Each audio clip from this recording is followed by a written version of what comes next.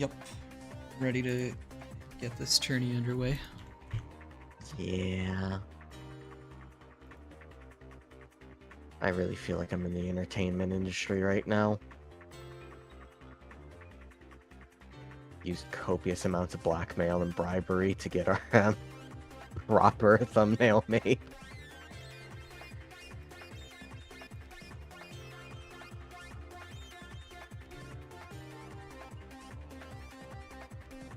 I guess we're just waiting on Luca to put up what the group stage is. Oh, group stages are live.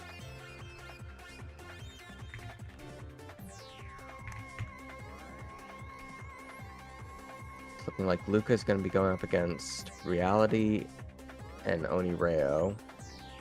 It'll be Master ZZaid and Scrub in Group B, and Group C will be me, Pit, and Ninshi.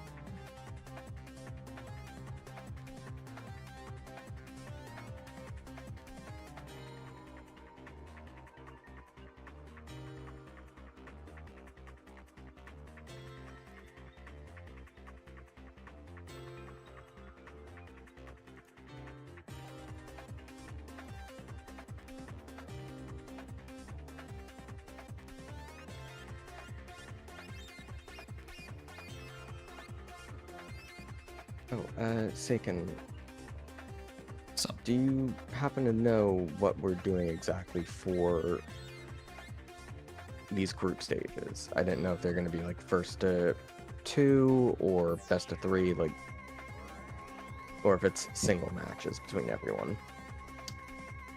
I don't know. Oh, There's only 9 matches in the group stage, and I think that's all that we're supposed to be doing today. So we could probably do best of 5.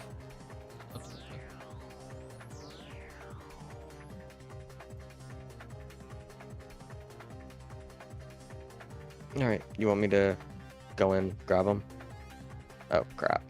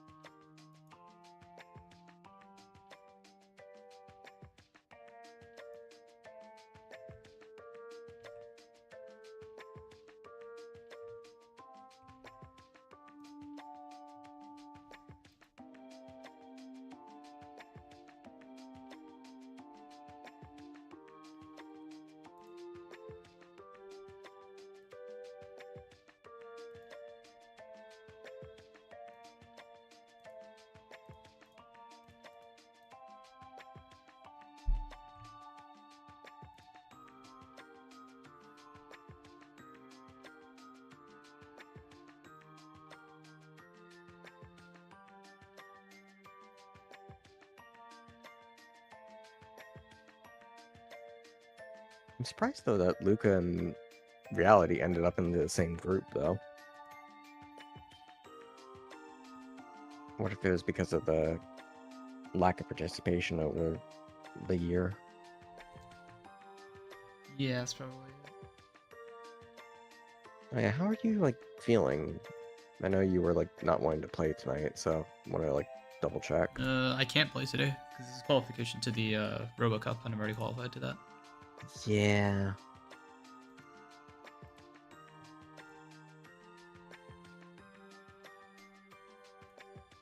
Yeah. I don't know if I predicted you to win last tourney or if I predicted Palcha there for a second, so. I'm glad though that you were able to get that win. Especially after the tear that you did for the like past couple months before Palcha showed up.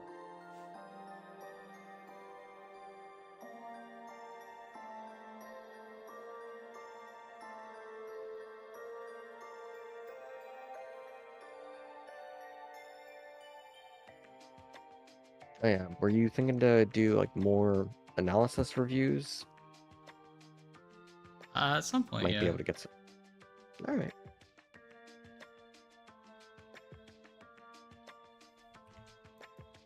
Cheap plug, Saken's got it over on their channel. If you guys are watching right now, go give them a watch. You'll get to see a good bit of gameplay from Palsha and ZZaid from last month's tourney.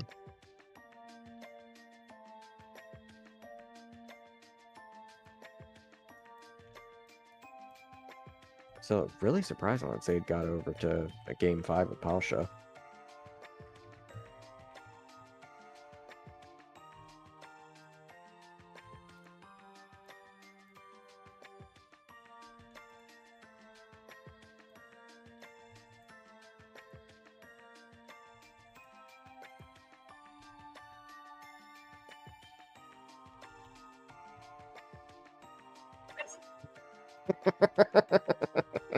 Both of them just for context on stream. Saken here's just let Scrub and ZZaid know that they were going to be playing on their stream, and they're both out into a different Discord call right now.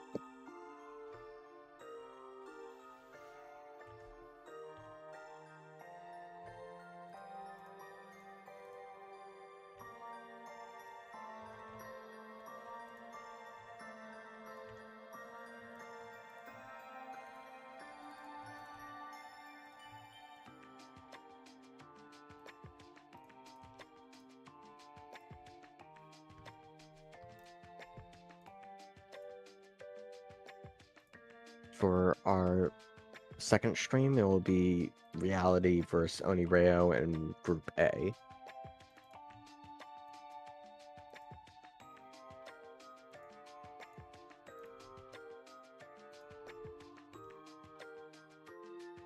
Thank you for streaming for me, Saken. Yup. Oh. Okay.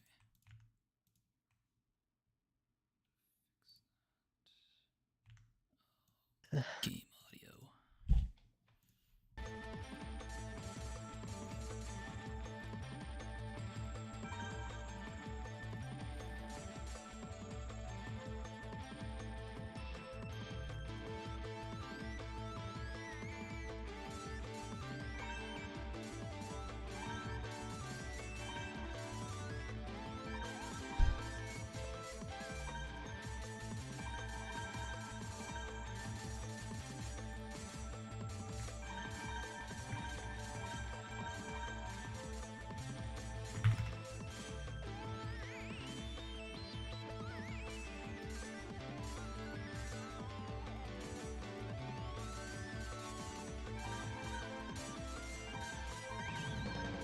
Alright, so it looks like ZZaid's going with the Swift Flame, Tommy G, and Wave.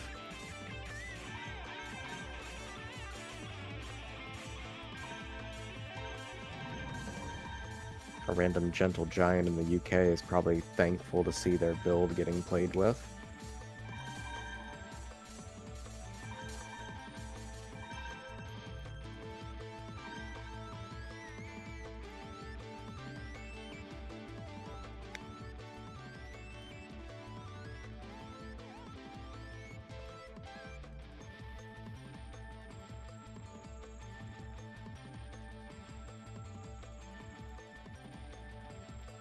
really curious on this matchup right now, since the Swift Ditto is going to be strange to see, and I'm curious to see if the Metal Ox is going to have enough tankiness to like survive the fight, or if ZZaid's movement is going to be the difference maker with Criminal. Yeah, it's gonna be tough for Scrub to maneuver with this Ox, getting close enough. You have to rely on his straight T hits.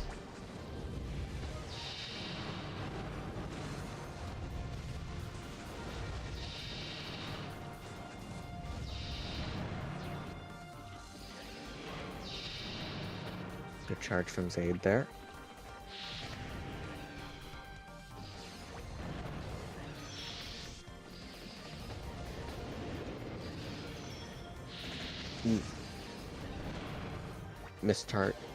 Mistimed the charge and then got hit for the trouble there.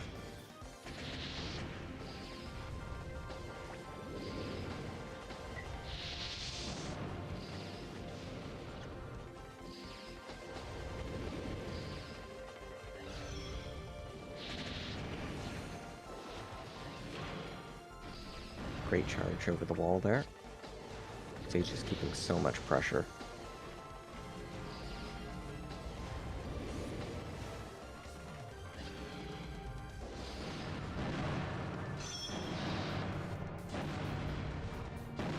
Oh no. Please change. There we go. Don't lose it with a straight hit.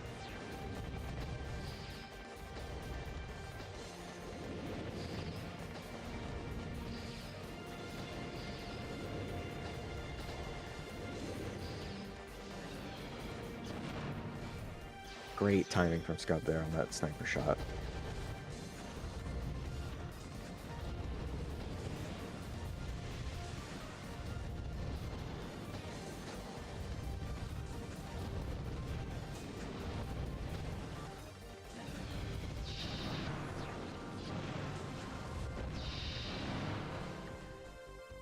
And ZZaid takes game 1.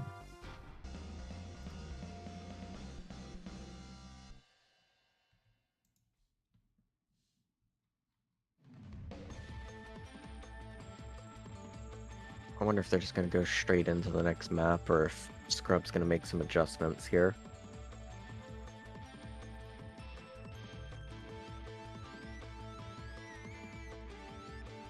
Is there anything that you might recommend, Seiken, for that? In terms of the map or the parts? Oh, for Scrub's game plan with it, or build. Yeah, I mean, like I said, the Ox is having a tough time getting in. Probably best to move away from the shotgun, unless he wants to place a lot more long-range neutral and try to capitalize on bomb pot his into shotgun. Yeah, it seems like he's might be going for a different strategy there, which would be good.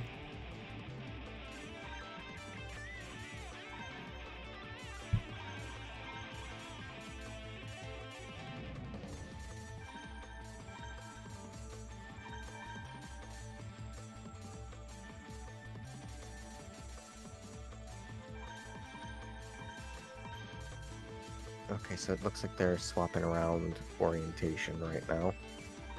So their Swift Sniper is going to be in the lead.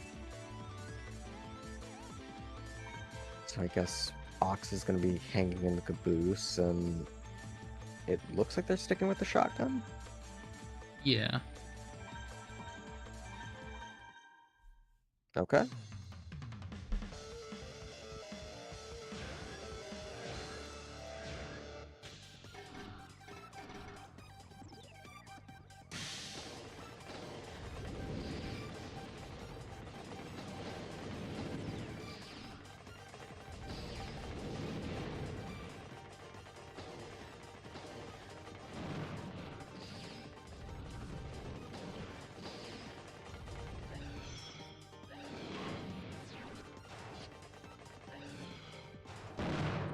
Nice dodge from Scrub. Nice catch. Nice dodge from ZZaid there.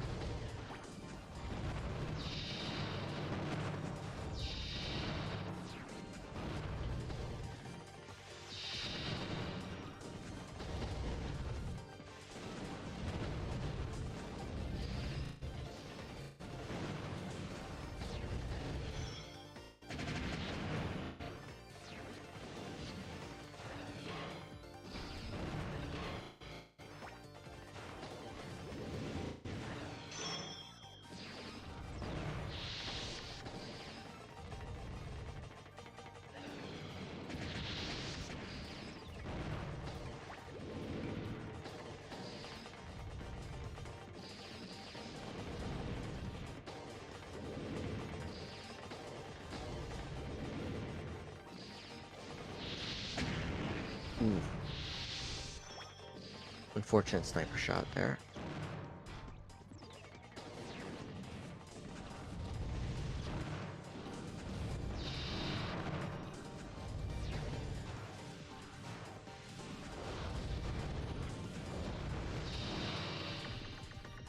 And ZZaid's taking game 2.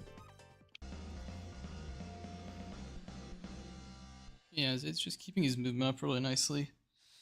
Mm-hmm. Not slipping up and giving Scrub any opportunities, and also maintaining good pressure with his bombs and pods. It's hard for Scrub to get in and make any openings of his own.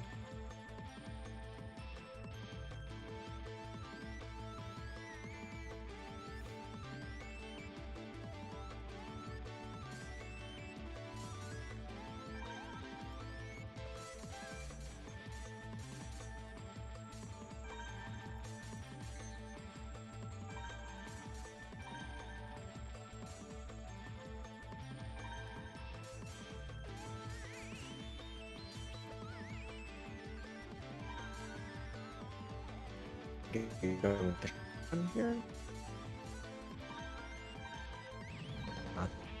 Restricted.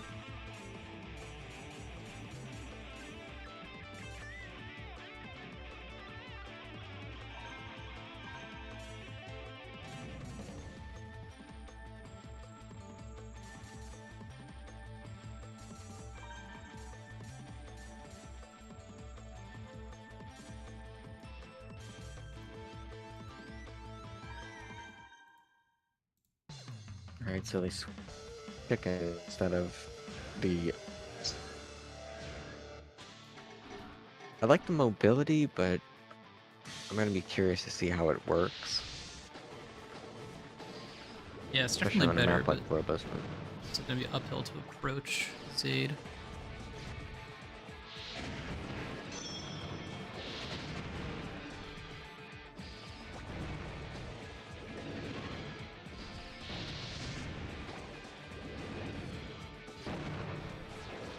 Nice catch on the shotgun from Scrub there.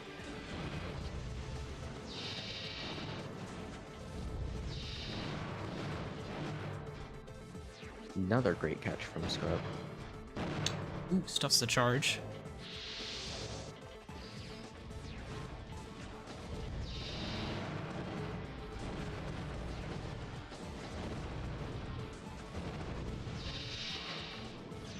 Nice catch from Scrub there. And ZZaid returns back in kind and gives him another tap just for, I guess, dominance.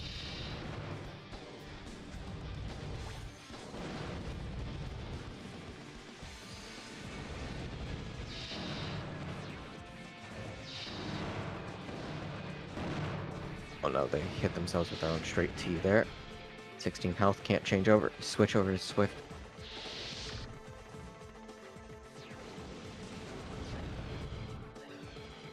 Fire again, fire again. There we go, Scrub. On Excellent. the board. Excellent play from Scrub there. Mm-hmm. They were just playing a lot more patient. They had a great timing with their sniper. And ZZaid was not ready for the chicken heart.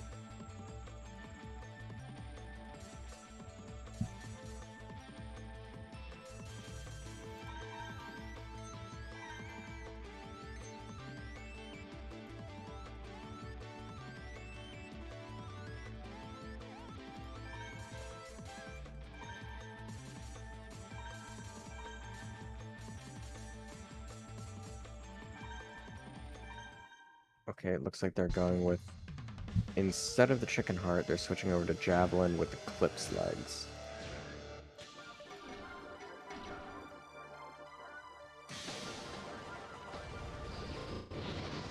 Hopefully it works out.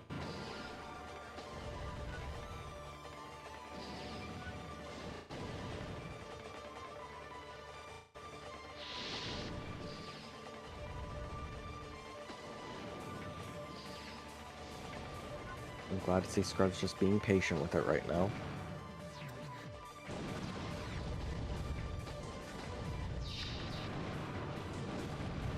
See, he pins them down in the corner with the Meteor Storm.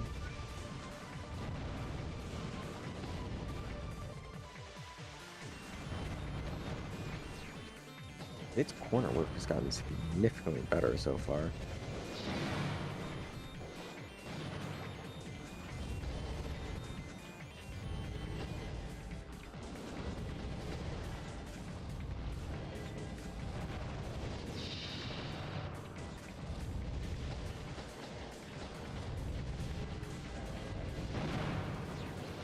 Great engage there from Scrub.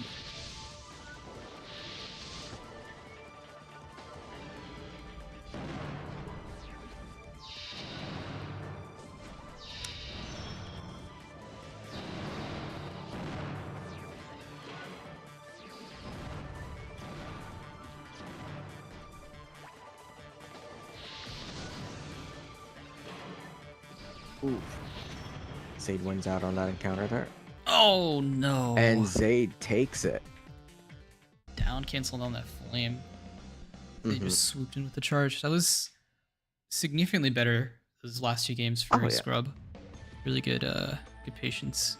Good punish on the opportunities that game. Yeah, I would honestly I would love to see them playing more like Strike Vanishers or Burning Beasts at that point. I feel like if they get a little bit more experience with it, then it will translate over.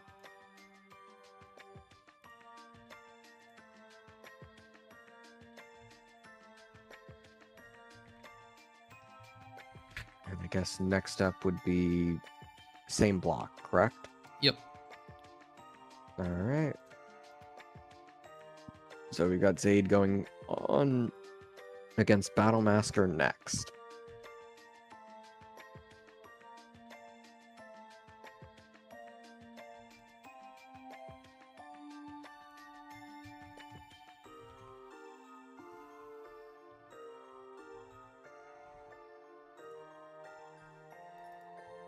Hey, Money. Yeah, what's up? Nothing much. You looking to call Masker versus ZZaid? Sure, okay, yeah. I mean, I made myself available tonight specifically to commentate, so yeah, sounds fun. Awesome. All right, let's see. What was the matchup again? I caught ZZaid and who was it? Battlemaster. Battlemaster. Got it. Okay. Do we have a bracket up? I see. I'm on the challenge right now. I see. Okay. Let me just refresh this. It should be in group stage. And I'm going to be playing against Ninshi real quick. Best of luck to you. Yep. I didn't even realize that a match for the tournament has already been played. Is this inaccurate? Did ZZaid beat Scrubdelub? Yeah, they just finished their match. Gotcha. I thought we were starting at 9. Whatever. We got ready early enough that we were able to start late from our original starting time. Yeah, fair enough. Alright, so ZZaid versus Battlemaster. Should be an interesting matchup. I'll admit I am not the most familiar with their playstyles. I'm only semi-recently returned to like Custom Robo content in general. I'm very much a boomer of the community. But regardless, I'm sure this is going to be a really interesting set we have for tonight. Seiken, what do you think we can expect in terms of builds from these two? Well, ZZaid almost always brings out his Criminal Meteor Storm. That build's been serving him quite well. Lots of safe high damage output, especially with the way he plays. And then likely a Swift, maybe with Sniper Flame. He was just using Flame in the last match, so let's go back to that. Interesting. Okay. Yeah, and then Masker. So between Meteor Storm and Flame, two kind of medium-rangey, medium-ranged guns with some kind of a tipper mechanic there. So they kind of playing at similar ranges there, but obviously Swift being incredibly ground focused and Criminal being all in on the air dashes. Yeah, and Masker typically uses Ox. Ox V Laser is one that he uses quite often. And then second build, I'm gonna guess it's gonna be his Pepper Flare. Right, I did see Masker bring out the Ox V Laser in practice earlier. Seemed pretty potent there. He made the Tommy B bomb look really good. It is just a very good bomb. Yeah, I mean, well, B blast types in general are really good, and Tommy's just like fighting against all of the aerial robots in the game. It's just it's a good trajectory with a good blast type.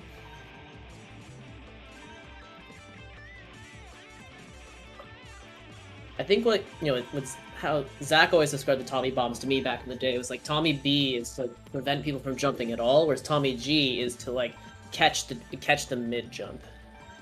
Kind of. So we'll see how that matches out. But game 1 of the set, we're on crevice core. No, this is basic. What is yeah. This is basic. It's just different color. Yeah. We right immediately ZZaid establishing himself center stage with using the Delta Problems and the Meteor Sword for really potent corner pressure. God. They dealt 400 damage to the Ox. Masker. Yeah, that was a really strong start from ZZaid taking corner, taking the center. Masker manages to kind of reset the neutral a little bit with a switch to the Pepper, but ZZaid have already holding on to this fairly commanding lead during the now kind of playing a bit back around the diving pods. Rahu is just the most confusing gun ever. My God. I mean, not like Flare isn't confusing, but like Rahu just being like the jankier Flare is always throwing me off. That was really nice positioning on the Meteor, punishing the high end lag on Rahu. Didn't manage to punish the Ox charge, but it's not like Masker got anything off the Ox charge anyways. And wait, I'm sorry. How much damage does Meteor Storm do? It's a disgusting gun. That was like 140-ish, I think. That was 140-ish against an Ox. Yeah. Dude, that's nuts. That's nuts. All right. Very convincing game 1 from ZZaid there. It seemed like ZZaid kind of had the leeway to be wherever they wanted to be. Right? But a very jump at game 1, took center stage very immediately. When it seemed like Battlemaster was able to reverse a little bit, switched to the Swift, corner camped a little bit, managed to run some circles, took the center again. It seemed that ZZaid really had control of the stage there, which is interesting because Battlemaster is committed to using the V-Laser gun. That's kind of, in a way, the stage control gun. That's like the call-out gun for like, I know where you're gonna run. But didn't manage to really land any V-Lasers, or very few, that game 1. And Masker contemplating a switch potentially off the V-Laser, observing that it did not pan out well in game 1 here. Is pools here best of 3 or best of 5? Best of 5. Best of 5, okay. We're just doing the group stage today, so. Yeah, I mean that makes sense. I know that the final stage is on the 14th, so a little under a week from today. That'll be pretty darn exciting. Yeah, I like the swap off of the Ox. Yeah, I think like the V-Laser wasn't converting in game 1. The Ox's mobility was really exploited there. Glaive 3-way being like a safer build. You can iframe out of traps. You can play at whatever range you want, but instantly getting Swift charged on for 200 damage. Nice little conversion from ZZaid there. Battlemaster essentially paying 50 hit points to not switch there, to keep the switch option, and gets punished for it again. Jeez. ZZaid having taken 100 damage and dealt 300 in return. We got the kind of the old versus the new here, like the Pepper versus the Swift, and like kind of like the same archetype but different classes. And so far, this Swift is really doing a lot of work here. Even hit points on this particular Robo, but consider how much Swift has done to Masker's first. Damn. And ZZaid has only just gotten started with this Meteor Sword again. That close range Rahu could have been a lot of damage, but Masker's just not quite close enough for the point blank, like 300 damage, or far enough for the down, so he just got punished there pretty hard. Yeah, I mean, it seems like ZZaid has been able to play around it well. Didn't play around it there though. Got not quite speed spotted. Oh, ZZaid is playing too fast for me to commentate. My God, that was pretty brutal. Yeah, it's the same sort of thing that just happened in his match against Scrub, where he's playing very clean, not giving any openings to his opponent, and whenever his opponent gives him openings, he's capitalizing on them pretty high degree. Yeah, I'm very impressed with ZZaid's positional control right now.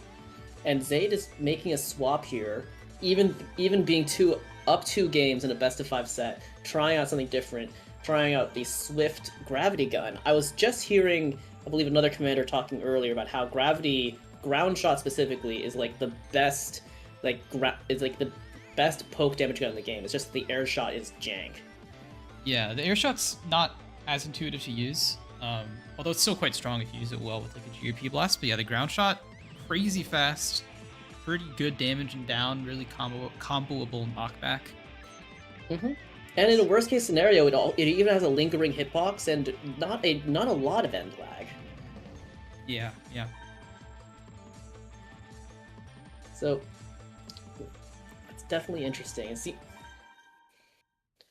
Masker seemed, by the way they paused on the screen there, seemed a little bit lost, a little bit flustered. I certainly would be flustered in their position, but decided to mostly stick to their guns, hold on to their builds. They're thinking the builds aren't the problem right now. It's the neutral. It's the pacing. Starting off playing it safe, trying to slow down the game a bit. ZZaid letting them have the space going in the corner, but gets a nice Meteor Star conversion. Not a huge hit point lead, but a lead is a lead. Iframe dashes through the Meteor Storm, pretty powerful. Meteor Storm having a lot of lingering hitboxes can catch the vulnerable frames of the dashes there. And this is relatively even right now. This is more even than either of the first 2 games were, but right there, Gravity doing some good work. Oh my, the Gravity ground shot comboing into the float pods and tomahawks is really nice, which means that you always have something to combo into even without setting up the air shots, and that was so much damage. Yeah, ZZaid's just in a complete flow state. Very fluid combos in all his parts on this Gravity build. It feels like ZZaid is just scripted this from the beginning. It's crazy. Good little tomahawk there. Dashing away from the Meteor Storm to not get caught up by the active frames. This Delta Bomb, I don't know how much it's doing. I don't even know how much the diving pod is doing, but ZZaid's placement of the Meteor Storm has been just so powerful. Okay, you know what? He gets the win on the diving pod just as I'm smack talking it. Well, a very clean 3-0 and a handshake for ZZaid over Battle Masker, which means ZZaid is undefeated in his pool, having already scrubbed Scrubdelub and battled with Masker. And... Yep. There it is. Perfect. Yep. Okay. So now we've got we got a battle at the bottom for second place in Group Stage B here between Scrub and Battle Masker. Pretty interesting time. But are you aware of Scrub and Battle Masker having a set history, or are friends, enemies, any playstyle interactions we should be aware of looking into this set? Yeah, they played in, I guess it would have been Flat Earth, which I think was Scrub's first tournament. And that was quite a close set. So I'm expecting similar today, I think. Is Scrub newer to the community? Yeah. He, like I said, Flat Earth was his first tourney he joined, maybe a couple of weeks before that. Nice. Well, hey, that's really exciting having fresh blood in here, already participating in tournaments and putting up some impressive games. Did they O2 in Flat Earth, or did they knock anyone out? Let me see if I can find the Flat Earth bracket. But regardless, love having new players come in and just, no anxiety, no stress, hop into the brackets, see what they can do against the more established players. Yeah, I'm looking at the brackets. Yeah, Scrub lost 0-2 to Luca, then in losers faced against Masker, where he won 2-1 to Code. And then he lost 2-1 to ZZaid in the next match. Hey, because having your first tournament be not an 0-2 is pretty impressive. Yeah. And it also means that Scrub is lifetime record 1 over Masker. That's funny. Scrub very few tournament entrances at all, but so far has specifically countered this guy. Might have arguably been a bracketing error in setting up this tournament. The fact that they're facing each other again so soon. I don't know. I mean, I'm sure it was done with Elo or whatever. All right. But here we are on the Robo build screen. Scrub and Master putting their stuff together. Master going back to the V-Laser Ox, seeming to be the signature. Didn't pan out against ZZaid, but hopefully pans out better against Scrub. Scrub on a Nibble Sniper. So I've noticed a lot of little Raiders and little Dashers are taking Sniper lately. It seems like a pretty popular combination of like class and gun. And Stabilizer legs are also very popular, just for the I believe the better turn radius. Mm-hmm. Ox shotgun, that is bold, Cotton. It's a very committal combination, like where Ox is bulky and powerful but has linear movement, and shotgun being a very short range gun, you know, has some range but like a small hitbox, but it's extremely powerful. Yeah, this is Scrub is using this Ox shotgun against ZZaid. And MG shotgun in general is quite good because their dash speed is so high and they are so good at trading, so they can kind of rush in, just ungun and get trades and hit shotgun. But against the Meteor Stormers, is getting stuffed, so we might have some more luck in this matchup. Yeah, because I don't think the shotgun would be as oppressed against either a 3-lay or a V-Laser as it would be against a Meteor Storm, just in visualizing how the hitboxes and knockback would work.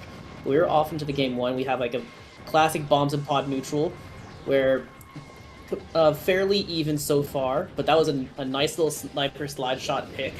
Forces the switch from Battle Master there. And a beautiful nibble charge, looking a lot like a swift charge there. Wonder why. Seems powerful. Got more diving pods coming out. Diving pods being like one of the most spammable pods in the game. I'm not convinced that they actually hit all that often or do all that much, but oh boy, can you spam them. That was a great little shotgun read. Cool little double wave to zone, didn't quite land. Ox trading through the 3-way and getting the shot over the wall, and then getting Ox right back with a V-Laser. Sniper, I don't know how well a Sniper does against these Oxes, because it takes like 3 Sniper hits to down, but you have to like nickel and dime them with bombs and pods.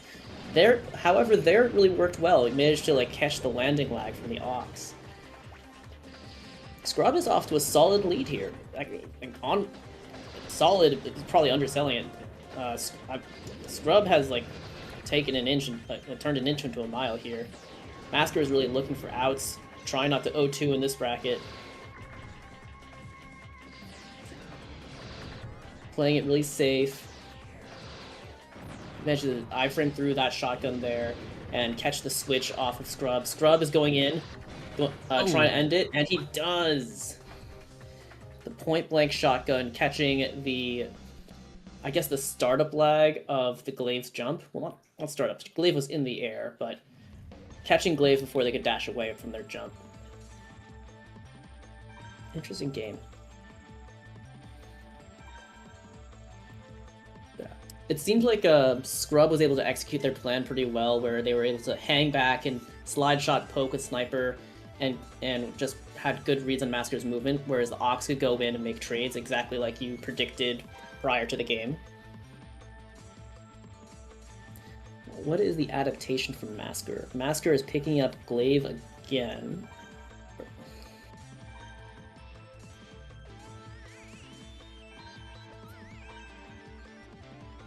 I feel like the Glaive three-way, I feel like it might be too low impact of a build here. 3-way can be a powerful gun, but I feel like you need to go in and get like kind of the short range blast to really convert damage on it. Otherwise, it's just kind of low poke damage.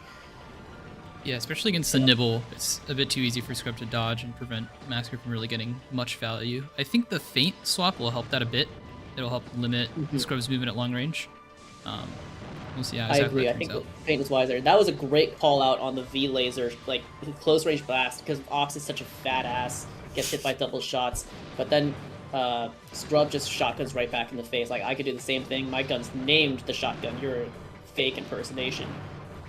Oh my, that was so much damage already. They're just trading blow for blow. Master has a pretty decent lead here.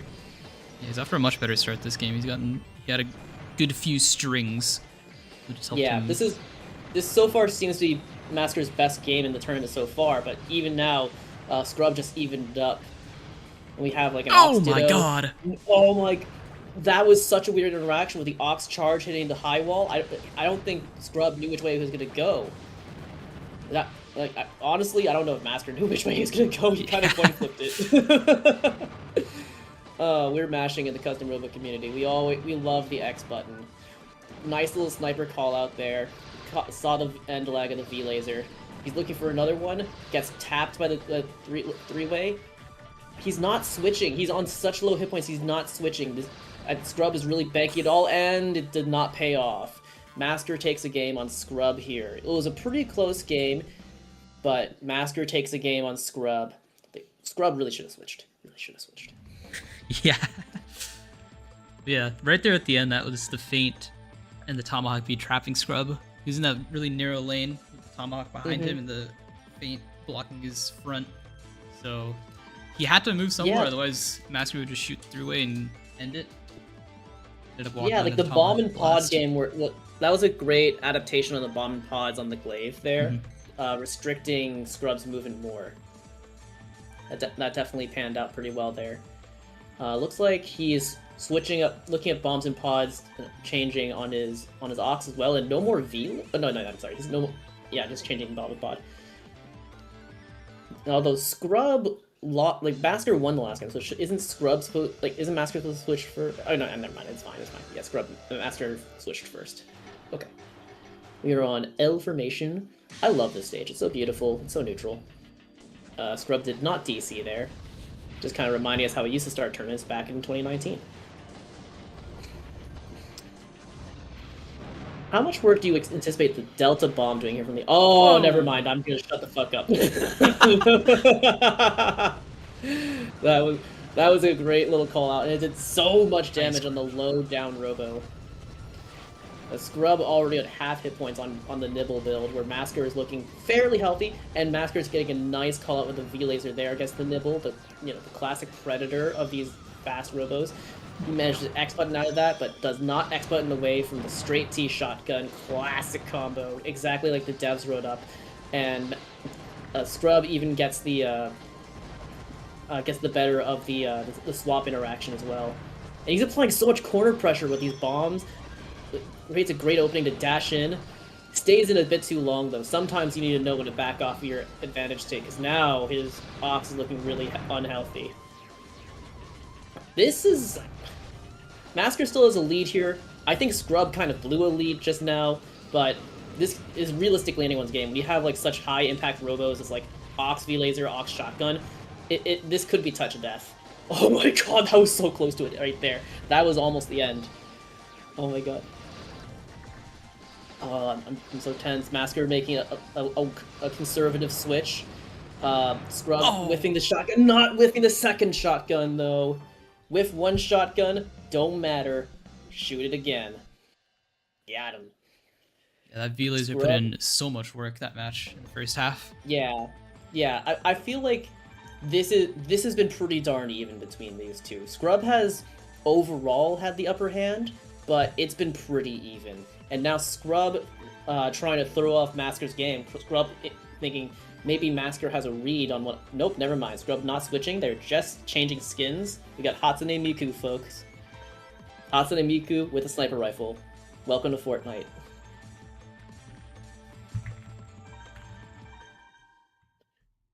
Looks like Masker's sticking with the same builds as well. We got a game 4 here. But yeah, like you were saying, the V-Laser did so much work last game. Maybe partially because L formation is a good stage for it. Although I think V-Laser could prove to be really good on this stage as well. Slow neutral is start. Just bombs and pods, feeling each other out. Getting each other's heads. These raw V-Lasers and raw snipers, not a believer. Ooh, swift charge. First neutral win going over to Scrub here, and the second one as well. But again, once again, stayed a bit too long on his advantage state. Gets punished off the tag.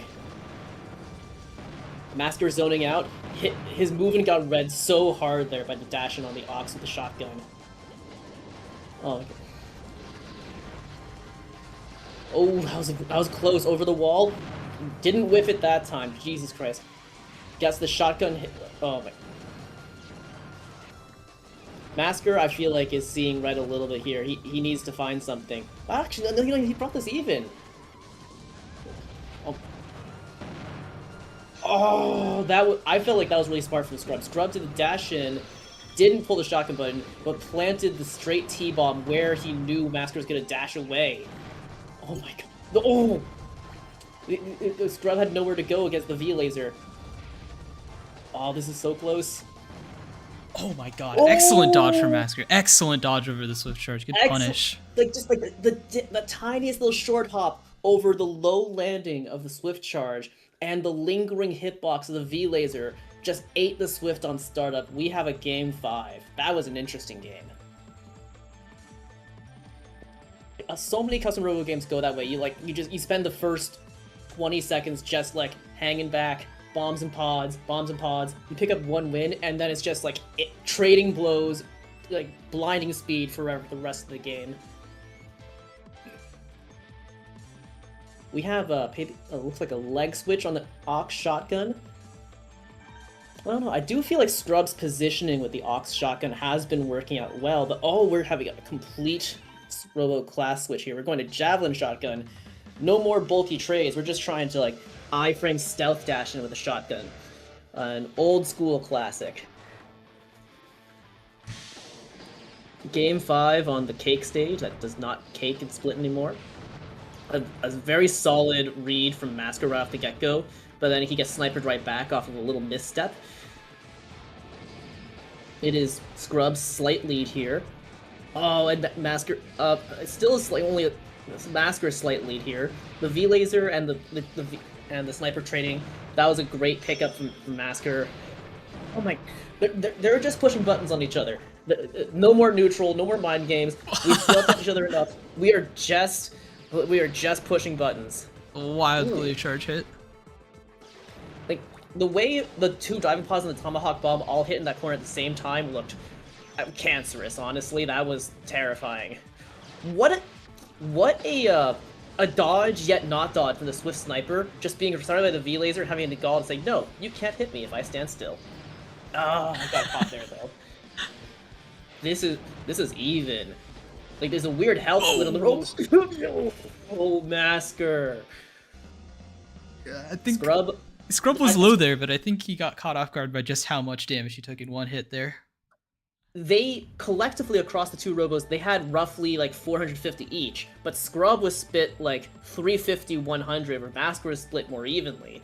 And Scrub was just spending too much time on the low hit point robot, got called out by a big Tommy B, got wiped out of the tournament. GG for Battle Masker. So I believe this means in the Group B pod, we have ZZaid 2-0, Battle Masker 1-1, and Scrub 0-2. Excellently played on all fronts though. Scrub and Battle Masker both very impressive players. I'm looking forward to watching more of their sets in the future. That was just so back and forth, so even.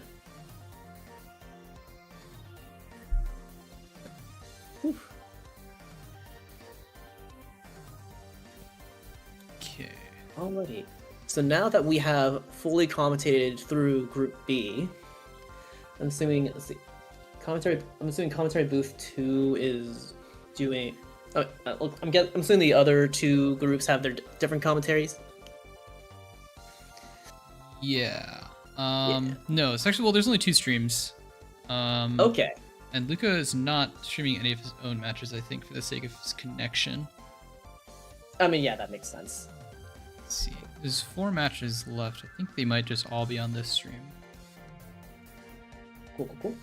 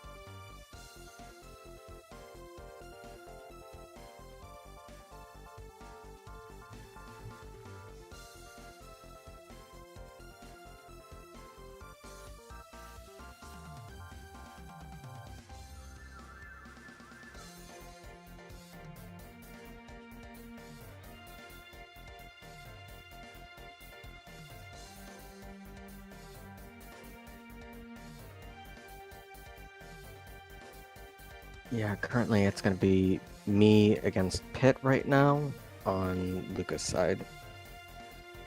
Gotcha. Okay. Are you hosting Yeah. Aster with that code in play? Yeah, I'm hosting. I just am trying to like make sure the connection's working because like with Lucca, me and Pit, I started noticing like the ping was spiking like crazy. Mm-hmm. Are there already folks commentating that set? Lucca and his group were gonna do it, but Gotcha. thought to let you guys know. Cool. Okay. Then I guess I can just drop Seiken off port, and when Lucca comes in, we can do that. Sounds good. I don't know if... Oh, did Lucca stop streaming? Probably. He's not gonna be streaming any more matches. So. Okay. So we're hosting it. Yep. Alright. Alright, let me increase the buffer. Hopefully 7 will be fine for Pit.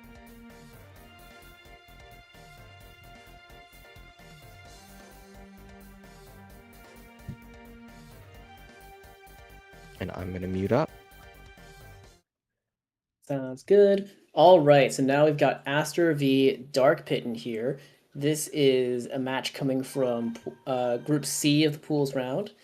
Looks like so far in the pools that only one set of this pool has been played so far, where Ninshi took a win over Aster. So Aster is down 0-1 in the pool. DarkPit, this is their first set of the tourney. So they're currently 0-0, of course. Yeah. So Seiken, what can we expect from Aster and DarkPit's build? Also, hi Scoot. Hello, hello. I kind of wanted to hop in here and commentate for DarkPit. Yeah, if you want to just take over, I can do other stuff. Well, I mean, I don't want to force you out or anything. No. I have other stuff I need to go do. Sure. All right, cool. All right, Scoot, you and me commentating then. All right. Yeah. DarkPit on Gladiator Blade, Spitfire Swordstorm. I think on paper, I think Hornet and Vertical beat almost every other game or every other gun in the game. But I think DarkPit is also really good at using both of those weapons. So it's hard to say. I feel like the Hornet might have a hard time catching up or getting in on the Gladiator. I mean, Hornet obviously incredibly powerful at short range and has like decent mid-range tracking, but it's a very slow hitbox. Whereas like Blade has like a lot of frontal pressure. You can't approach Blade linearly or else you'll lose. And any Right. Robo running a Swordstorm is just gonna circle camp you. So I'm not incredibly confident in the hit rate of the Hornet here. But Yeah, I and then think Hornet has that weird little range of it. Kind of when you fire, you'll kind of get stuck like in front of the gun, but behind the shot, and then most of them will avoid you.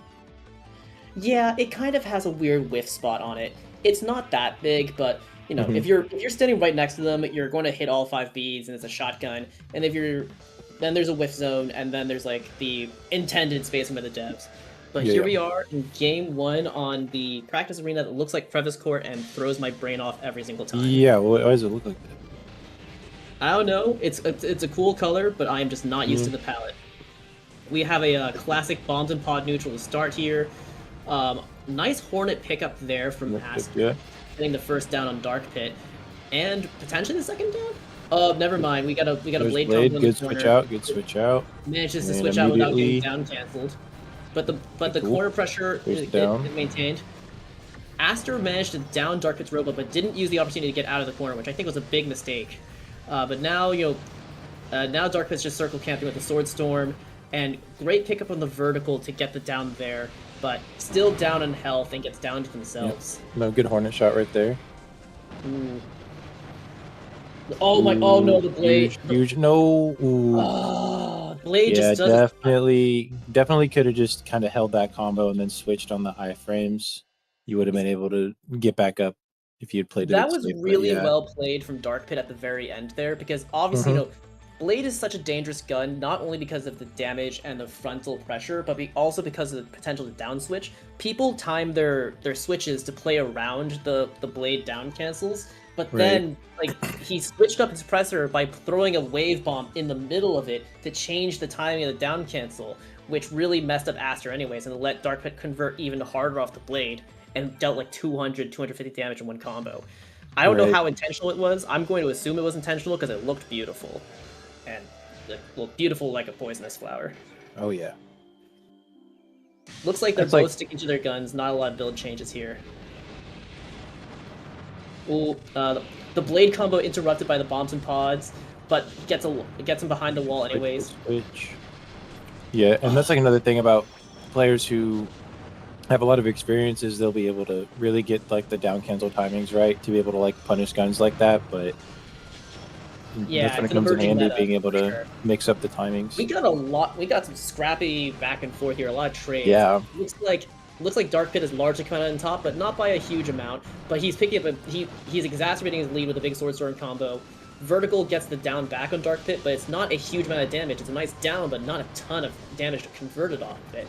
Yeah, I'm worried that Gemini isn't doing enough to kind of deter the circle camping and the sword storm spam, because you kind of have to rely on those vertical shots, and mistiming one of those can leave you open for sword storm.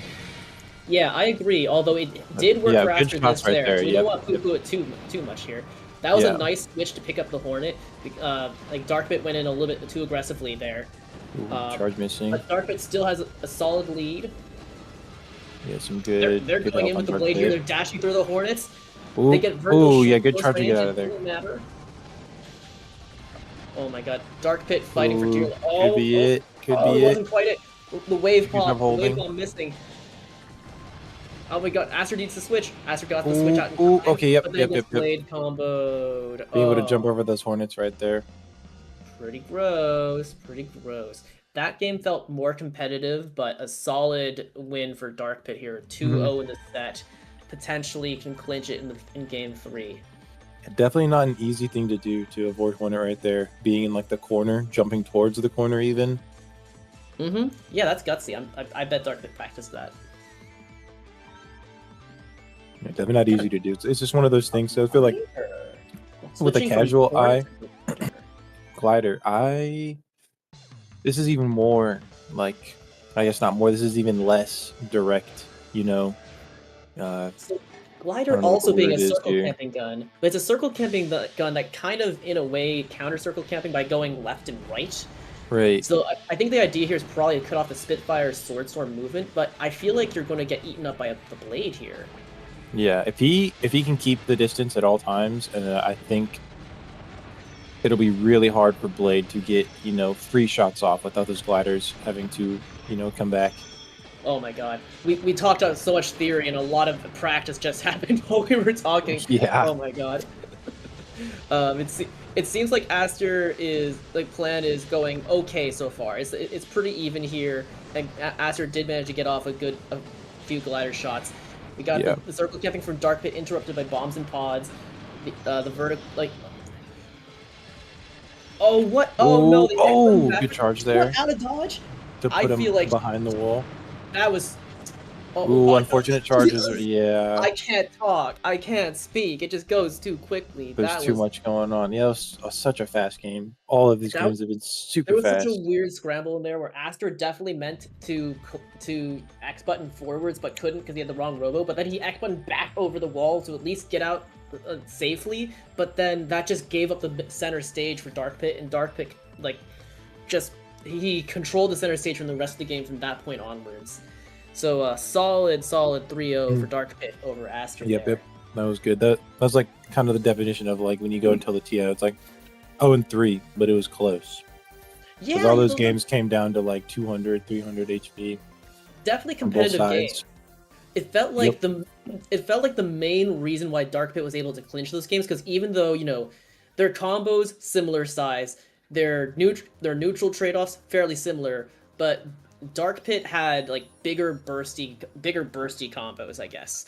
Mhm. Whereas like DarkPit was he saw Aster was at like 200 hit points, timed them the game. Aster, with the damage output of his robots, he could really only truly go for the win if DarkPit dropped down to 100. DarkPit just had like a higher end game kill zone there. Yeah, well said, well said. Yeah, just part of the threat of the blade gun, and well complemented by the wave bomb as well to switch up the down cancel time while continuing the combo string. Whew. Okay. So with Aster down 0-2 in Group C, the only matchup in Group C we haven't seen yet is DarkPit versus Ninshi. Both of them up 1-0 in the pool so far. So I'm assuming their match is coming up next, and this will be the last match of Group C. Have you watched DarkPit versus Ninshi before? DarkPit versus Ninshi. I think maybe a couple times, but probably just for friendlies. I don't think I've ever watched them in bracket, actually. Interesting, okay. Can learn some new things about this then. Well, I definitely have a sense of DarkPit's builds, but I don't think I've seen Ninshi play before. What does Ninshi usually like? Ninshi's probably going to run the Shrike V-Laser. He likes Shrike V-Laser, Delta Reflection. I'm not sure on the legs.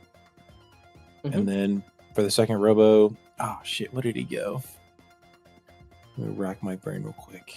His second Robo is always kind of a wild card, but he pretty much always has that Shrike V-Laser. And then he can play a little bit of Metal Grappler. He likes Shining Fighter too, I think. Okay, that's cool. We definitely appreciate having Shining Fighter reps in here. I feel like the class is a little underloved, maybe.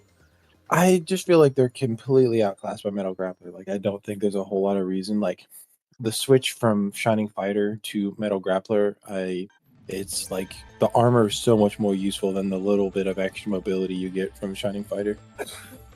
Yeah, I tend to agree. It's one of those things where it's like, in most fighting games, the mobility is prized over the defensive stats and the armor by so much, but Custom Robo is not like other fighting games, and trading is the ability to trade hits and fish for downs there, or win down. Having just hide down is just such a huge thing. Yeah, it's a huge asset in this game, and I think that's one of the things I like about Custom Robo versus other fighting games is like I think the defensive play has a bit more nuance in that way. Right.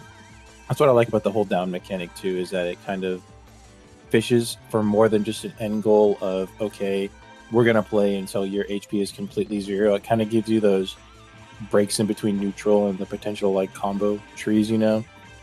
Oh yeah, for sure. 100% agree on that. I think the main reason why the down system exists in this game is probably because the devs are like, okay, well, some nerd is going to find an infinite wall combo, infinite corner combo if we don't put this in, right? That's probably the main reason, but it has a lot of other good consequences in terms of like pacing, making the game a bit more digestible. Because it allows this, that, you know, like another subcategory for the Robos, which adds another layer to the whole thing. Right.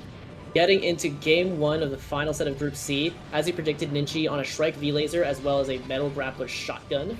DarkPit using the same build as last time, the Gladiator Blade being like kind of a mid-rangey aggressive build with high damage combos. Fire Sword Storm. That was so much just damage. An easy 430 damage. 400 just off of like a bad down into the blade on a low down Robo.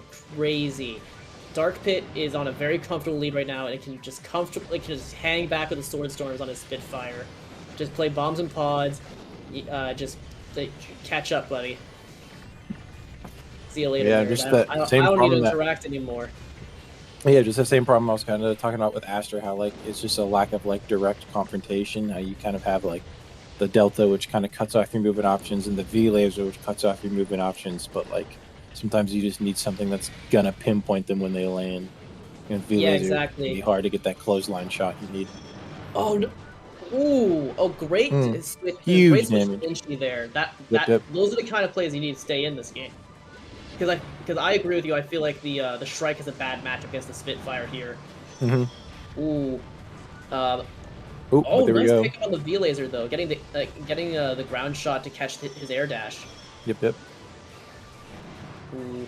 Can the Metal Grappler get in on the Sword Storm? Metal Grappler is great at trading, but not the best mobility. He does get the shotgun there, but it doesn't matter. It gets blade, wave, death. Gonna catch him off guard. I think we're gonna see maybe the flame switch from Ninshi here. Flame or splash, maybe. I think splash could do good against blade. Yeah, I think that Ninshi was bringing that game back earlier, but Yeah. DarkPit's early on combo, like with the Gladiator Blade dealing 400 damage in one interaction against the Shrike V-Laser, that Yeah, was it's just too high so of a hard to round come back climb. from that because you got to just cleanly win the next like 3 or 4 interactions straight. Exactly, and not only is that so much damage from one combo, but when you take so much damage on one Robo and not the other, it really limits your ability to switch, which just makes Blade that much more dangerous. Right. So yeah, like DarkPit, like again, big props to Ninshi. Ninshi made that as competitive as possible. Was, you know, made some good moves towards evening it out towards the end there. But oh my god, were they on the back foot for a while. We're gonna see Buggy Shotgun. Okay. I think Buggy's a pretty good call here. Gonna be able to deal with that Sword Storm and avoiding the Blade a bit easier than the Metal Grappler.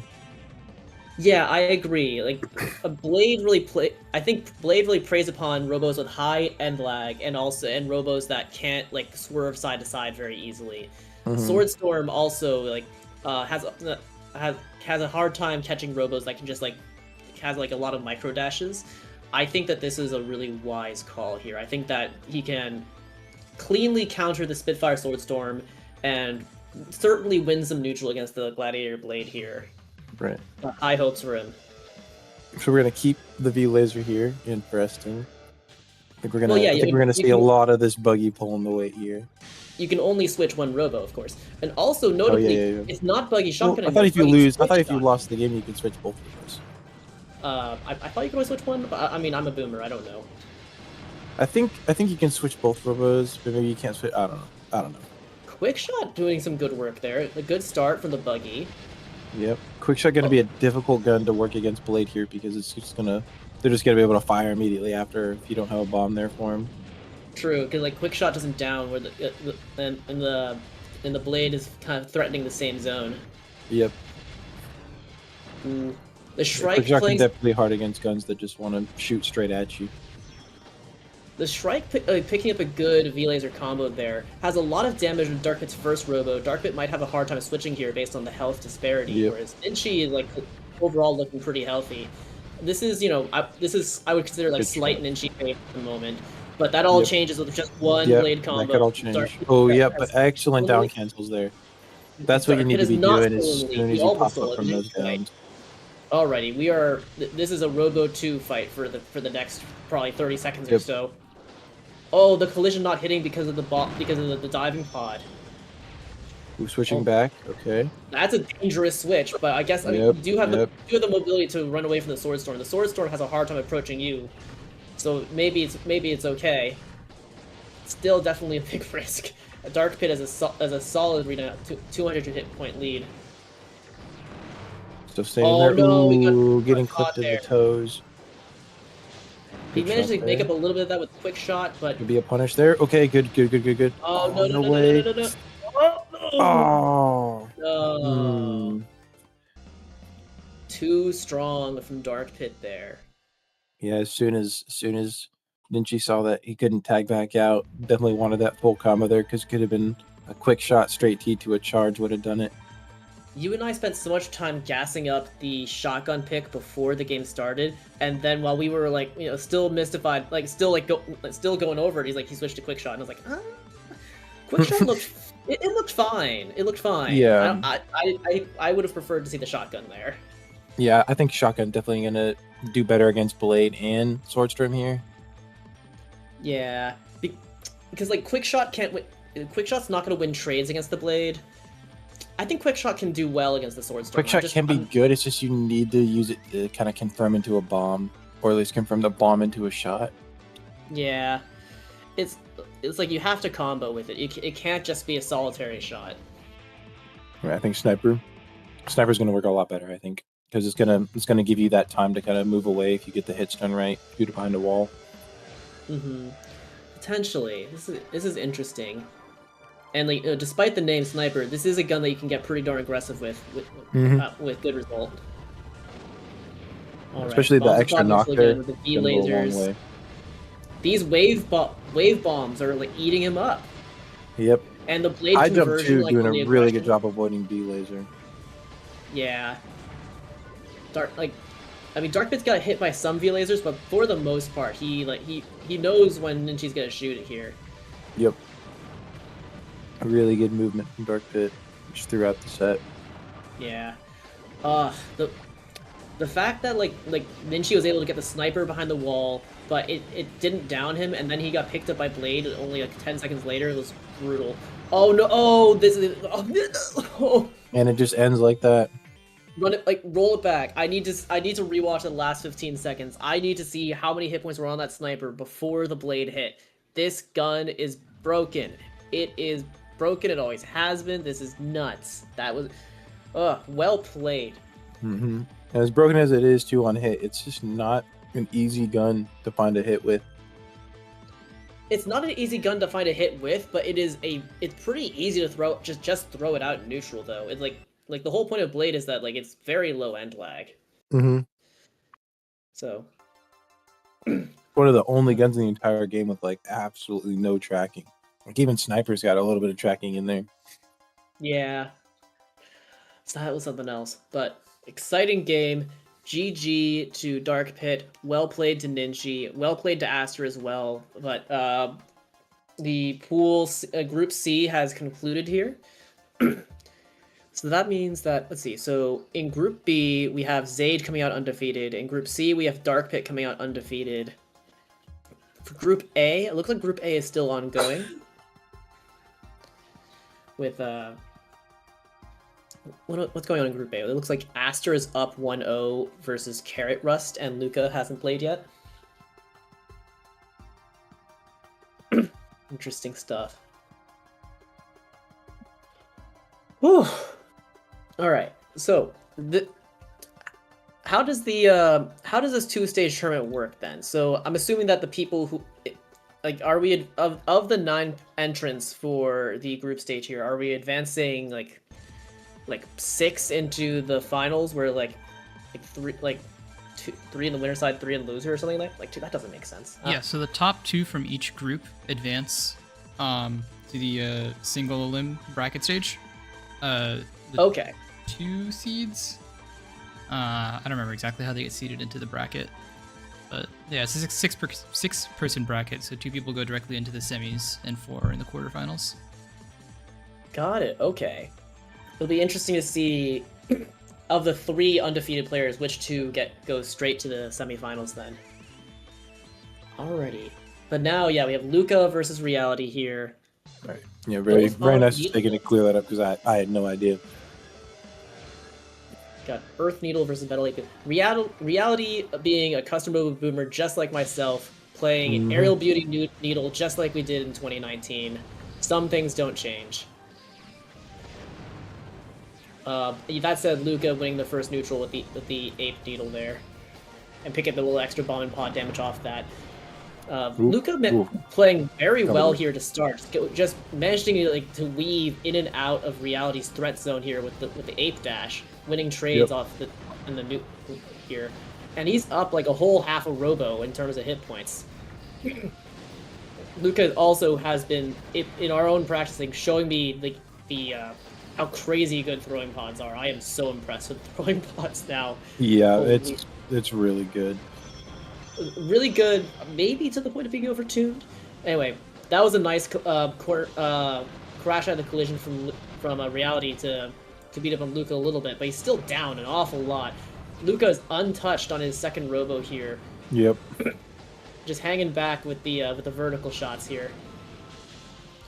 Reality rocking double Caboose T. I should have commented on that earlier. Really interesting pick. Caboose pods, very powerful, but difficult to use. Aerial Beauties might be the best at using them, but they are definitely skill intensive. Especially really hard to manage with robos that like to use their jumps to aim in a certain direction. Yeah, I think that maybe the biggest problem with Caboose pods is that they can be predictable, because you know that your opponent's going backwards while the pod's going forwards. You're kind of splitting your own pressure that way. Yeah. There hasn't been a hit in like 20 seconds, and Lucca's looking extremely comfortable here. Just hanging back, like, I don't need to make a move. I have a 400 hit point lead at best, or more. G-Blast. Yeah. just hitting your toes before the animation even comes out. Yeah. It felt like Luca just like locked in an early lead and then just like hung back on the May vertical for a long ass time, poked out Reality Yep. there. Because Reality, like after losing so many hit points early on, wasn't able to do better than a trade.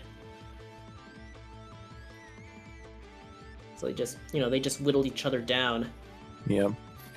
Both like, well, really all like Seiken, Pasha, and Luca, they all kind of have a little bit of nuance to their style, their play style, to where like they're kind of, if they take an HP lead, they're kind of just, why would I necessarily engage in something that might be risky? So they kind of just absolutely wait for any one single blast to confirm anything. Yeah, and that kind of playstyle is so hated in other video games, like in Smash Brothers or other fighting games. It's so toxic. But in Custom Robo, it doesn't feel as toxic because this game has like such large and generous and flashy hitboxes, and also because the game clock is 3 minutes at worst. So like, yeah, even when you're getting camped, you're never suffering for that long. Yeah, like even if you're like circle camping your opponent, it's still like trying to circle camp a Toho boss. So yeah. What adaptation do you want to see from Reality here? The adaptation I think I would want to see, I think Double Earth might be a bit too redundant, and I also don't think he was able to hit either of his guns very often. I don't like the needle gun was losing trades against the Metal Ape, and he wasn't in position for shotgun very often. yeah, I think B is doing a lot here as far as that needle shot goes, because B doing, I think it does 600 down, and needle 2, it's just getting hit by either one of those is just probably gonna force you to switch. I don't think Burrow's doing a lot here, and I don't know. Yeah, Earth is kind of a weird pick too. I think Milky Way is definitely the best aerial beauty, especially given you're playing against Vertical and Needle, just very two quick-firing weapons. You could very easily Milky Way charge through either one of those. But yeah, this is just my preference. I mean, Earth Charge is not bad, but it's a bit more situational. It's like it's kind of like Guile's Flash Kick. Is kind of what it reminds me of. True. I wish there was like a definite Flash Kick. I guess yeah. I guess May has one like that too. Yeah, there are a few robos that have like collisions that look similar.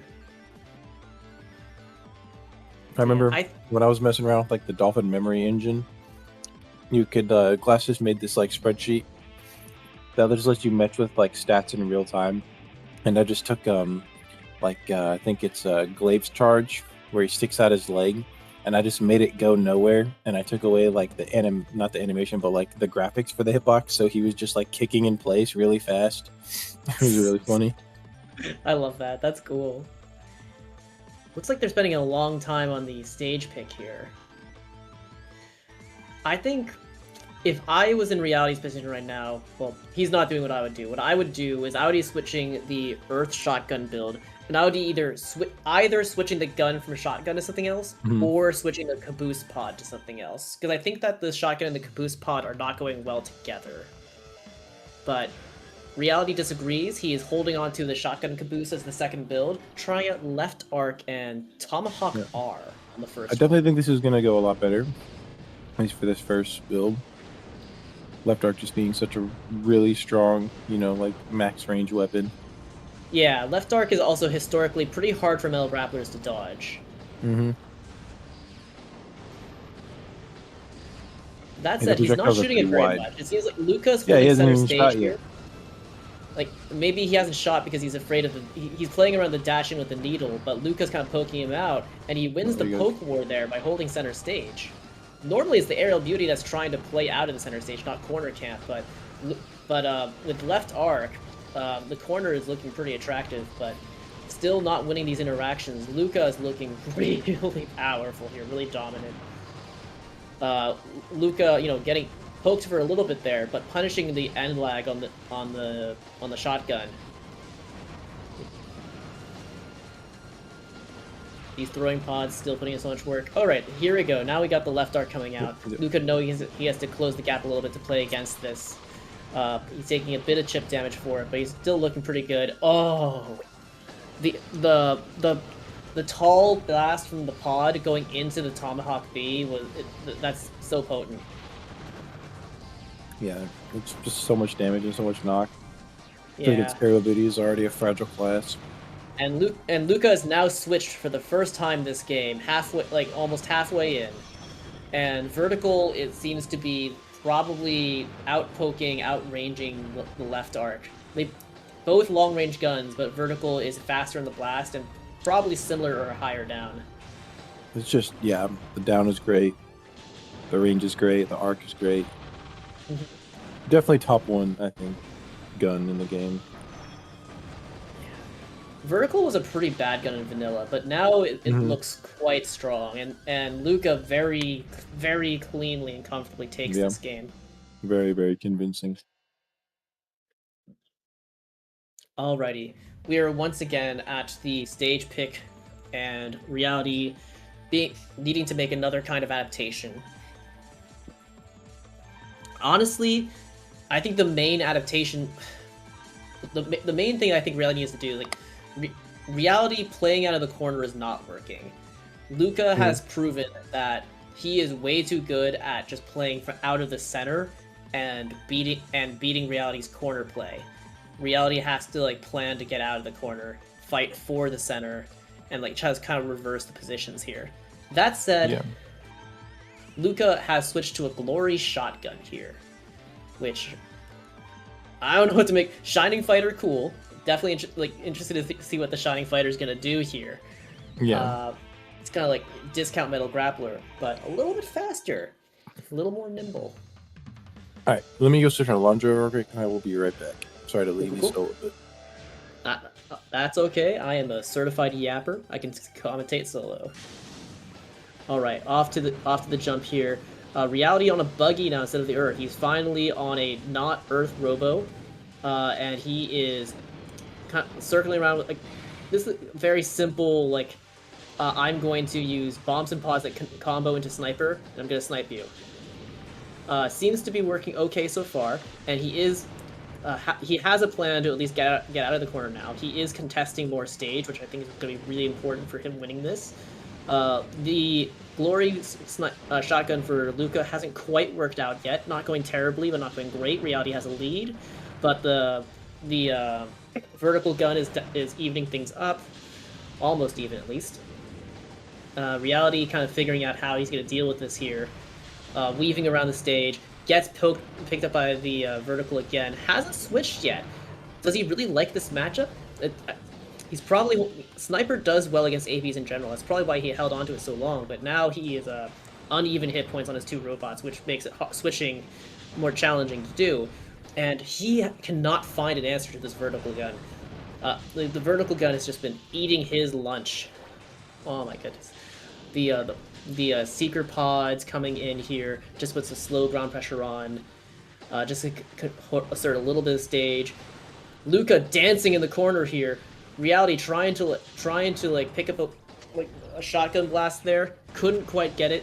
Luca out of the corner, retreating like back to center stage. That was some really fancy footwork from Luca. Very impressive. Luca cannot get in with the shotgun though. This is a fairly even game at the moment. Nice pickup from Luca. That was like pretty bold dashing, but sure as heck paid off. Nice sniper shot, but isn't winning the trade of the shotgun there. Luca switching to the healthy Robo, just trying to poke out Reality for the rest of the game with the vertical. He has so much hit points on this May vertical here. It seems like Reality does not have an answer to this build. Oh no! Oh, Luca, you thrower! No. All right, we have a game 4, folks. Luca, why? Oh my god. Okay. The Glory shotgun from Luca did not look that impressive, but May vertical from Luca has consistently looked kind of unbeatable. And I think Luca might be testing here whether like whether Reality can challenge the May at all, going to a Milky Way shotgun. I'm not sure I've ever seen an Aerial Beauty shotgun in bracket. This will be interesting, but Luca is really hungry for the shotgun blast tonight. Maybe he won't switch to his 20 hit point Robo at the last second of this game. I'm being too much of an ass to Luca. Luca's an awesome guy. Did I leave and Reality took a game? Reality took a game because Luca switched from a 500 hit point Robo to a 70 hit point Robo and got one tapped. It was something. It sure was something. I'm sure Luca's kicking himself over it, but that's okay. We got a game 4, and that was quite the Milky Way charge. Beautiful little pickup there. It's a pretty even game all told right now. A lot of bombs and pod neutral. The caboose pods putting in some interesting work there, and Luca returning with his own caboose pods. Got an interesting game here. I'm getting summoned one moment. Scoot, I think you're gonna have to commentate solo for a bit here. Okay, yeah, do what you gotta do.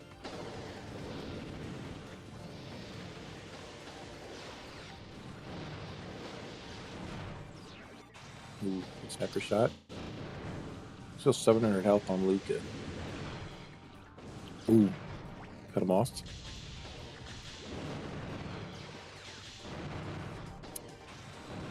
Just barely missing that one. The charge. And here we see Luca just back to avoiding, waiting for a Caboose T to hit to get that full combo.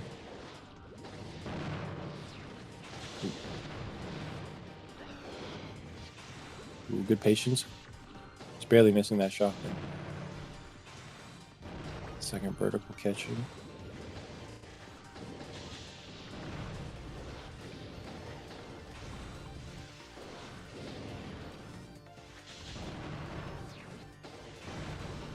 Man, there's just really not a single angle where vertical is like bad. It doesn't work. It's crazy.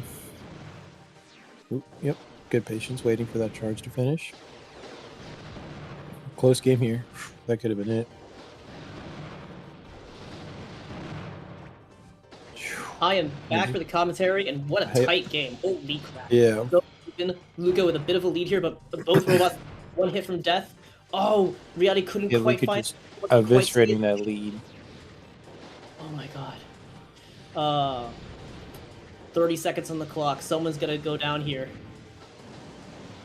Luca getting so much air presence, but not committing to any shots here. He's playing it so safe.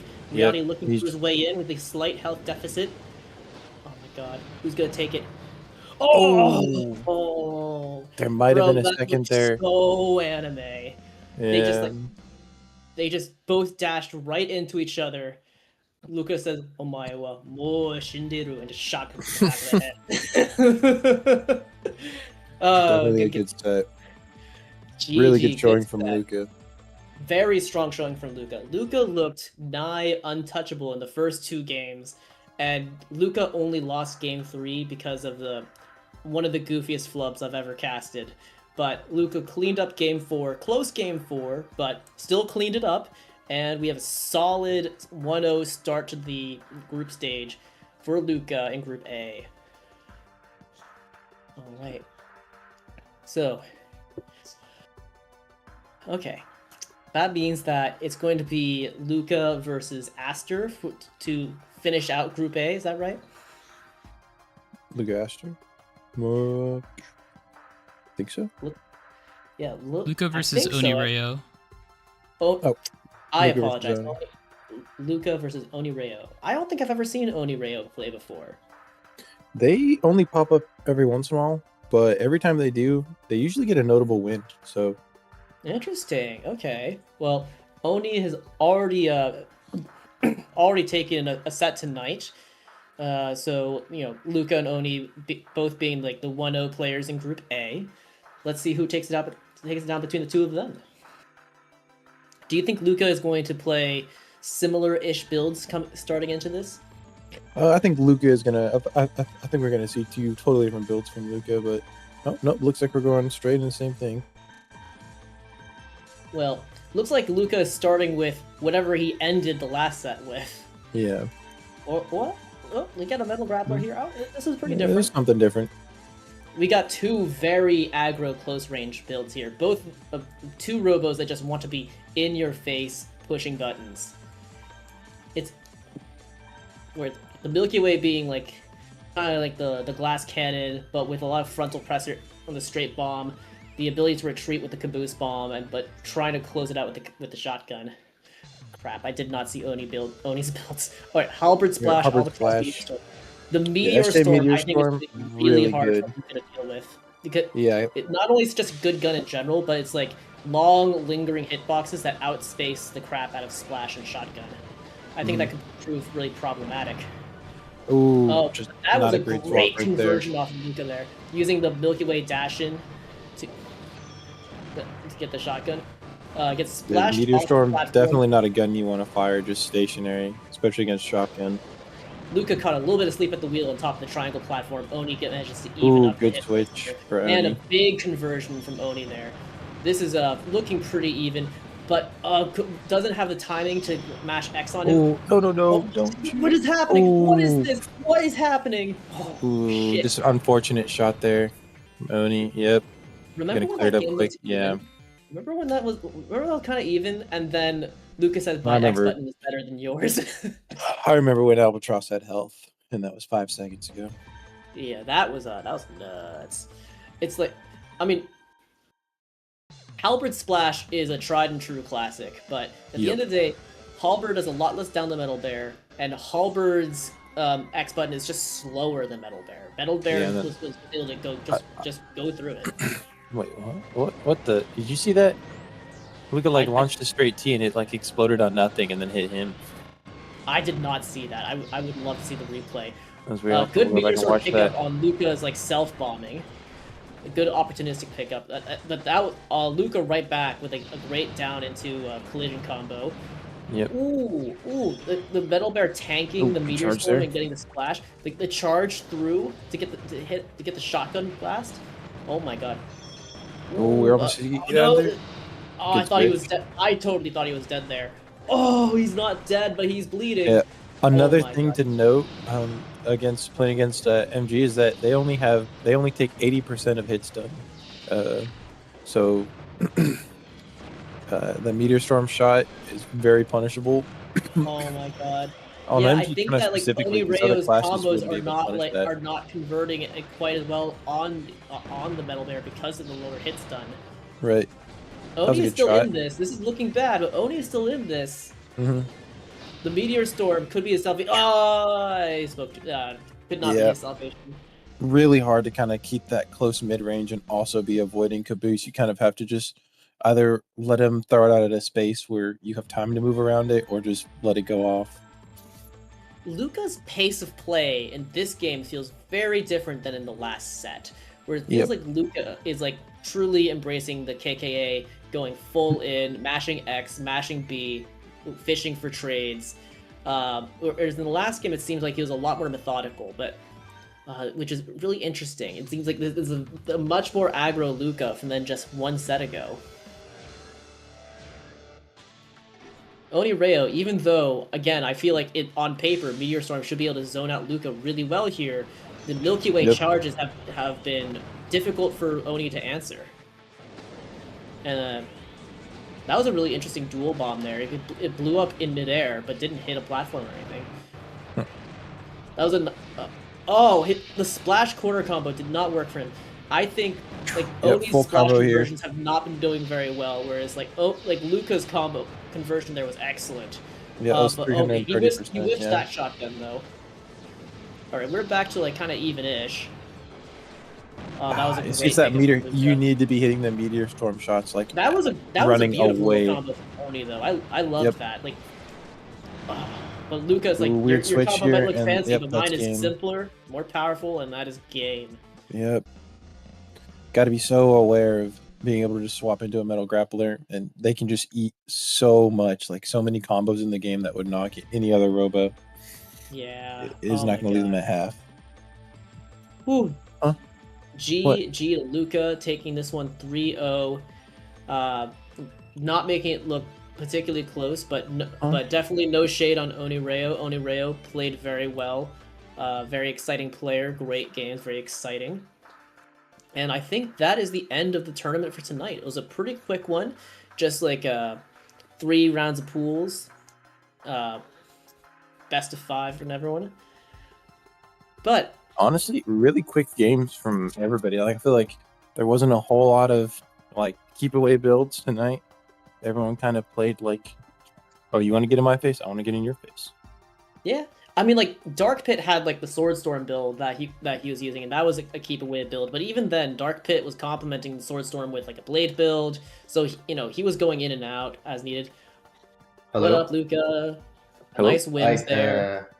Thank you. Yeah, now the stream should be over now. We are done with the group stage. The first 2 from each group stage will now qualify for the 14th, which is a Friday. It's going to be a single elimination, first to 5, same that happened here. Now, Luca, my question is: so of the 6 players advancing, we have 3 players that are 2-0, 3 players that are 1-1. How do you determine of the 3 2-0 players which 2 are starting in winner semis? It's based on how's their set points looking like? How's their set points? Let's see. Matches. Okay.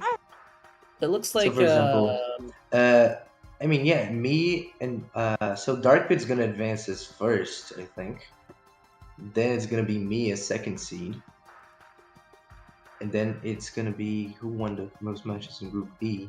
ZZaid. Was it ZZaid? It was ZZaid. Oh, then me and ZZaid. Then it's just gonna be by EP then. Then I'll qualify 2nd. ZZaid's gonna qualify 3rd.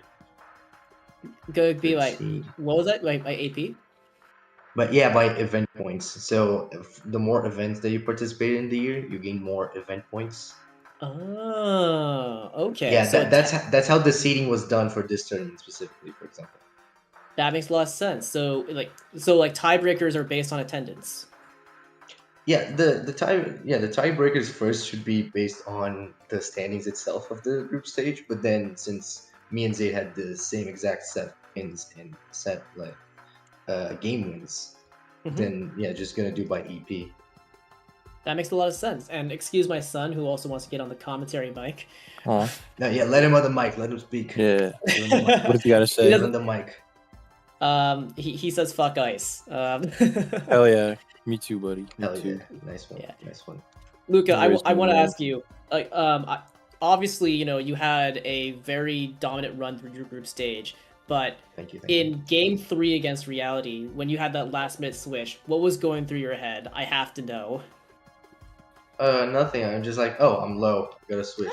Like, I just swapped into the shotgun build because I joined VC and he was complaining so much about my ape. And like, all right, I guess I'm gonna go to Glory. Then he was complaining about Glory. It's like, Shining Fighters. Oh no! They only wore for. I didn't know the T. I didn't know that Reality was salty. Nah, then he swapped it to he changed around his Earth shotgun build. And I'm like, bro, this is not how you run a Milky Area Beauty shotgun. Then I picked my own Area Beauty shotgun. And that's how it ended up on Game 3. Yeah. Oh no way, Roman! Oh my goodness. Well, that's funny. I love having the sauce behind the story there. Yes, the sauce is needed. Sauce is needed.